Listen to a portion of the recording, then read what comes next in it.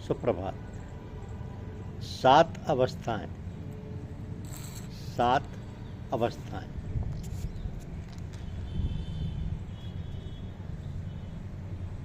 सत्य पुरुष की वाणी है कि एक जन्म गुरु भक्ति कर, जन्म दूसरे नाम, जन्म तीसरे मुक्ति पर, चौथे में निज धाम। तो इन मंजिलों को हासिल करने के लिए पंथाइयों को 7 अवस्थाओं से गुजरना पड़ता है, जिसको संत मत का हफ्त खान या सप्तदर्शन कहा गया है। हफ्त खान के मानिए 7 दस्तरखान, जिससे पंथाइयों को अक्सर गुजरना पड़ता है। ये कड़े भी हैं और सरल भी हैं। सारी बात इंसान के हौसले और शौक़ पर निर्भर है। खुश मिजाज अपने काम को तफरीह और मन बहलाव का सबब बना लेते हैं, और चिड़चिड़ा आदमी उसी को जान के भला बना लेता है। तो किसी ने सीधी और सरल ज़ुबान में बयान किया कि किसी ने इशारों से काम लिया है और किसी ने और किसी तरह पर जाहिर किया है।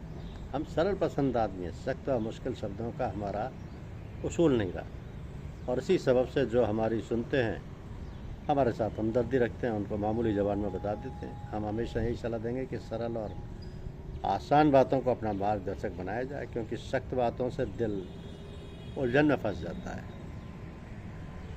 तो ये 7 मंजिलें हैं: तलब यानी जिज्ञासा, इश्क यानी उपासना, मार्फत यानी ज्ञान, तौहीद यानी अनेक से एक पर आना, इस्तिगाना यानी उपराम, फना यानी लय, और बका यानी पुनर्जीवन।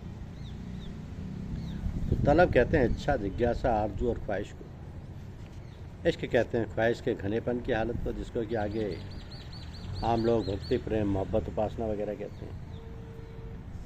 इन दोनों की शुरुआत ख्याल से है। ख्याल ही ख्वाहिश का दूसरा नाम है। जब ख्याल पैदा हुआ और घना होने लगा तो उसकी सूरत हालत अपने आप समझ में आने लगती है, और आदमी उसको जानने, पहचानने और उसकी व्याख्या करने के काबिल हो जाता है। इसी का नाम ज्ञान और मार्फत है।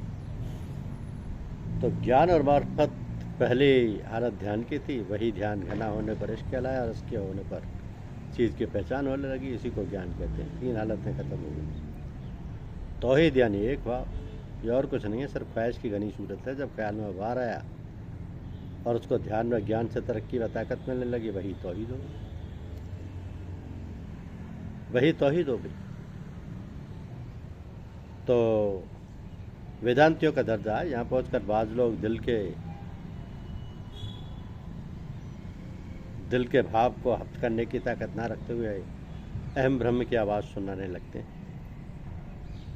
अहम ब्रह्म की आवाज़ सुनाने लगते हैं।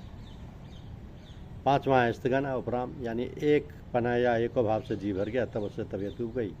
अब एक हो या अनेक, दोनों देशों में से किसी से कुछ लेना देना नहीं। बात समझ में आ गई। अब न राग है न द्वेष, इसी को उपरामता कहते हैं। फिर फना, उपरामता की हालत जब पुख्ता हो गई, उसी को फना कहते हैं। फना के मायने मर जाना या नष्ट होना नहीं है। कुदरत में कोई चीज़ नष्ट नहीं होती और ना हो सकती है। लय होना एक ऐसी हालत है जिसमें जाहिर होने का अभाव रहता है, और यही मंजिल मकसूद है।